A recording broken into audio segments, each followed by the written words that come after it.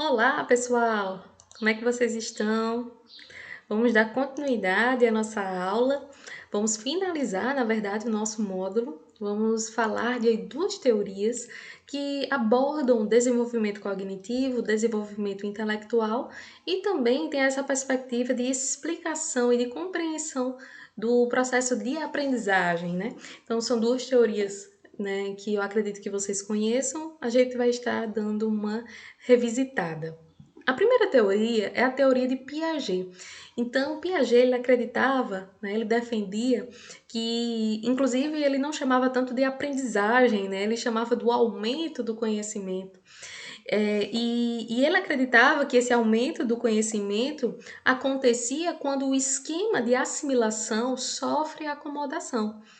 Né? Então, a mente, sendo uma estrutura cognitiva, tende a funcionar em equilíbrio, o que aumenta seu grau de organização interna e de adaptação ao meio. Entretanto, quando este equilíbrio é rompido por experiências não assimiláveis, a mente se reestrutura, ou seja, acomodação, a fim de construir novos esquemas de assimilação e atingir um novo equilíbrio. Para Piaget, esse processo reequilibrador, que ele chama de equilibração majorante, é o fator preponderante na evolução, no desenvolvimento mental, na aprendizagem, que é o aumento do conhecimento da criança. Então, esse processo de desenvolvimento mental, cognitivo ou humano, para Piaget, é proposto ou ensinado, né, a partir de 4 períodos, né, que vai sendo classificado ou categorizado esse processo do desenvolvimento. Tá? Então, cada processo desse, né, ele é caracterizado por aquilo que o indivíduo consegue fazer de melhor no decorrer das diversas faixas etárias ao longo do seu processo de desenvolvimento. Então, são esses 4 períodos aqui, tá? O primeiro período refere-se ao sensório motor, que é na faixa etária de 0 até 2 anos aproximadamente. O segundo período, pré-operatório, de 2 a 6, 7 anos. Terceiro período, operações concretas, de 7 a 11 ou 12 anos. E quarto período, operações formais, de 11 ou 12 anos em diante. Aqui eu trouxe esse quadro para exemplificar ou categorizar algumas capacidades, como o Piaget chamava, né, do que o indivíduo fazia de melhor. Então, no estágio sensório-motor, as capacidades preponderantes era a de conhecimento do mundo, baseado nos sentidos e habilidades motoras. No final deste período, ele emprega algumas representações mentais. No próximo período, no pensamento pré-operatório, existe uma grande relevância da linguagem nesse processo. Então, o uso de símbolos, de palavras, de números para representar os aspectos do mundo. Também se relaciona, né, pelo meio da perspectiva individual da pessoa e o mundo é fruto dessa percepção imediata. A próxima etapa, ou o próximo estágio, né? Porque Piaget ele via o desenvolvimento cognitivo nesse processo de etapas que a gente ia evoluindo, refere-se ao pensamento operatório concreto, que tem como capacidade a aplicação de operações lógicas e a experiências centradas no aqui e agora. Início da verificação das operações mentais, revertendo-as e atendendo-a mais de um aspecto. E por fim, a partir dos 11, 12 anos da adolescência, vida adulta e assim por diante, nós temos o pensamento ou estágio operatório formal, que ele tem como capacidade, né, essas características principais relacionadas ao pensamento abstrato, especulação sobre situações hipotéticas, raciocínio dedutivo, planejamento e imaginação. Se a gente comparar essa perspectiva trazida por Piaget com o que a gente estava conversando anteriormente nas outras aulas sobre funções executivas, a maturação do nosso sistema nervoso, nós vemos que existe uma interação, né?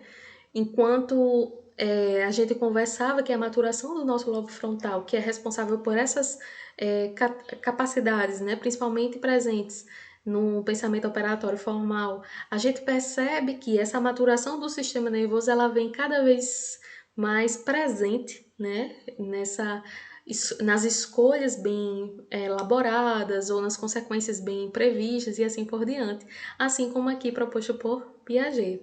Então, para esse teórico, a aprendizagem ela depende diretamente do processo do desenvolvimento cognitivo e é papel da escola dar à criança essa oportunidade de agir sobre os objetos do conhecimento.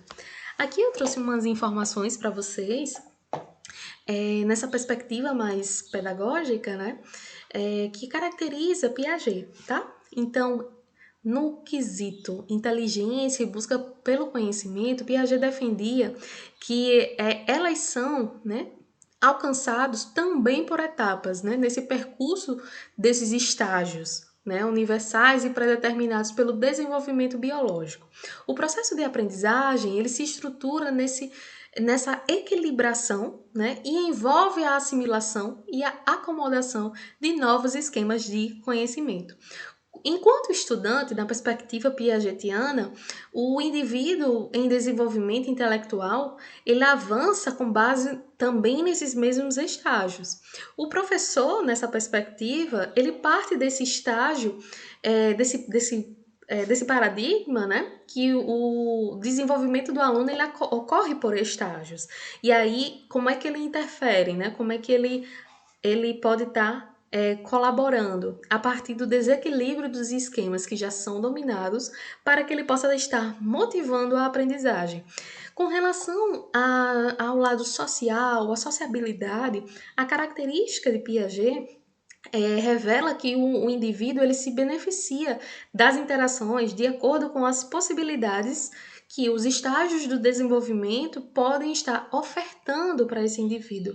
Em relação ao método, a dinâmica dele, né, temos a exploração dos processos de equilíbrio, desequilíbrio e reequilíbrio que permitem passar para níveis de conhecimento mais complexos.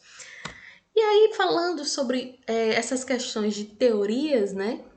Veio a teoria de Vygotsky, que ao contrário da teoria de Piaget, que enfatiza, né, que o conhecimento, o desenvolvimento cognitivo vem de dentro para fora. Vygotsky ele dizia que esse desenvolvimento ele depende da aprendizagem na medida em que se dá por processos de internalização de conceitos que são promovidos pela aprendizagem social, principalmente aquela que é planejada no meio escolar. Então, o principal enfoque na perspectiva de Vygotsky não é o acompanhamento do desenvolvimento biológico ou cognitivo como Piaget propunha, mas sim em relação às questões sociais, né? Então, todo esse processo de desenvolvimento cognitivo, mental, de aprendizagem ocorre em virtude da socialização.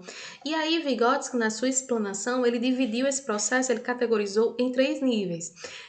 O primeiro é a zona do desenvolvimento real, que se refere às etapas já alcançadas pelo indivíduo e que permite que ele solucione problemas de forma independente.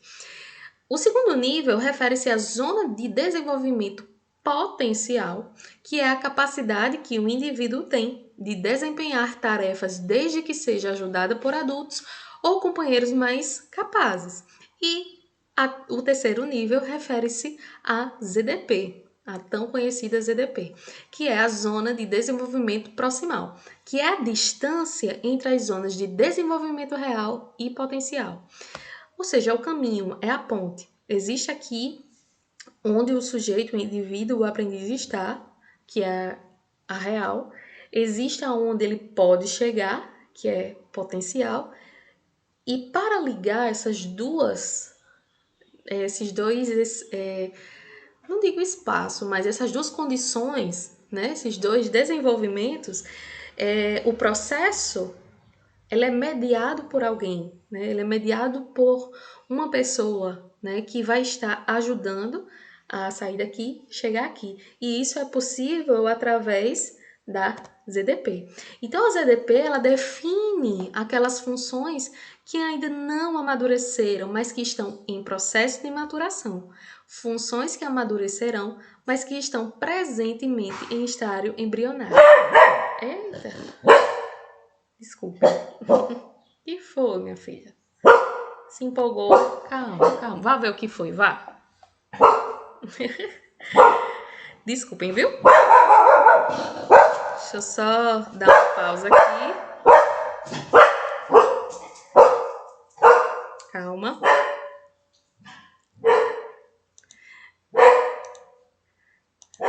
Pronto, vou voltar. Minha cachorrinha foi estimulada de alguma forma, né? Escutou algum barulhinho, deve ter ido ver. E aí, voltando, né? A gente tava falando da ZDP e eu ressalto aqui a importância, né, do professor, que vai fazer um papel de mediador, né? Um guia, um suporte nesse processo de aprendizagem. É ele que vai estar favorecendo o indivíduo sair daqui do real e ir para o potencial por meio dessa conduta da ZDP. Assim como eu trouxe sobre Piaget, eu também trouxe algumas características pedagógicas, né, de algumas informações que a gente precisa ter acerca dessa teoria, né, de Vygotsky. Então, com relação à inteligência e à busca do conhecimento, Vygotsky acredita que essa é uma função psicológica humana, né, especificamente humana, que surge sempre e primeiro no contato com outras pessoas e posteriormente é internalizado, tá? Então, perceba, a teoria, o embasamento ou os princípios norteadores de Vygotsky sempre vai ter um indivíduo, uma pessoa como mediadora desse processo. A aprendizagem, para Vygotsky, tem esse caráter social e cultural, onde a internalização completa o processo, ou seja, adianta-se ao processo de desenvolvimento. Com relação à perspectiva ou característica do aprendiz ou do estudante, ele é um ser social que se apropria dos instrumentos e dos sistemas simbólicos mediadores. Na interação, avança para níveis latentes potenciais. Com relação ao professor, já que ele é o mais experiente na tarefa, né, ele regula e controla os processos de ensino e aprendizagem do aluno a partir da ZDP. Tá? E em relação às questões sociais, à sociabilidade, isso é um dos pontos mais relevantes de Vygotsky, como a gente pode verificar, e ele fala que o desenvolvimento depende da internalização de conhecimento presentes no meio social, que vai do intersubjetivo para o intrasubjetivo. De novo? Liga, vem cá, chega. Acho que ela está querendo exemplificar o quanto que a interação social ela é importante, né? Então, escutei um estímulo, reajo a esse estímulo e vejo o que acontece. E, por fim, as questões do método, né, que Vygotsky ele traz, né, como características, a orientação, né, pelas possibilidades que a ZDP oferece, da mediação e da interação planejada e intencional entre o mais apto, né, e o aprendente, tá? Por fim, eu trago só esse quadro aqui, comparativo, né? Vem cá, chega, vem cá, chega.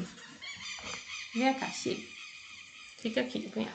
Venha falar com o pessoal, chega. A bichinha, ela passou pelos efeitos da quarentena, não foi, Lica? Ela é bem peludinha, mas aí eu cortei os pelos dela pra ficar melhor, né? Essa é a interação, né? E aí, para finalizar, né, eu trago esse quadro que fala, né, traz algumas características e comparações, né, entre Piaget e Vygotsky, onde, se a gente fosse definir as palavras-chave, né, de Piaget, seria a construção do conhecimento e de Vygotsky seria essa interação social. Tá? Em relação aos eixos da teoria e os principais conceitos, para Piaget, né, a gente tem alguns conceitos primordiais: assimilação, acomodação, esquema e equilibração, além da compreensão dos estágios do desenvolvimento, certo? E para Vygotsky, o eixo, né, da teoria, o principal conceito, é em relação à mediação simbólica, né? Eita, que sono! Dos instrumentos e signos, né, da própria zona do desenvolvimento proximal, a ZDP, tá? E a relação do mundo com o indivíduo, para Piaget, refere-se a essa adaptação de conhecimentos prévios. E Vygotsky, ele parte da parte para o todo, né? O processo de socialização. Então, em ambos os processos, o indivíduo ele é ativo, só que para Piaget de dentro para fora e para Vygotsky de uma certa forma é de fora para dentro, né? Então, o papel do professor e a escola e quem está fazendo alguma intervenção na perspectiva piagetiana, nós falamos que papel desse mediador, né, se eu posso chamar assim também, é desequilibrar esses esquemas dos alunos a partir dos seus conhecimentos prévios e na perspectiva de Vygotsky é intervir na ZDP, ou seja, na distância entre o que o aluno já domina e o que faz com a ajuda, com a mediação, tá? Então, peço desculpas, né? Você também, Lica? Fala aí com o pessoal, desculpa pelas interrupções, mas espero que isso não possa ter causado nenhum prejuízo na sua compreensão, tá? Sobre essas perspectivas, né? Por mais que sejam breves, né? Sobre o desenvolvimento cognitivo, mas que é importante também a gente parar e verificar como é que essas teorias elas podem combinar, né? Com a perspectiva neurobiológica, neurocientífica que a gente estava conversando nas aulas anteriores, tá bom? Então, eu espero que vocês tenham gostado do módulo nessa perspectiva, tá? Estou aqui à disposição de vocês e aguardo o feedback da turma, tá bom? Beijo, tchau, tchau. Diga tchau.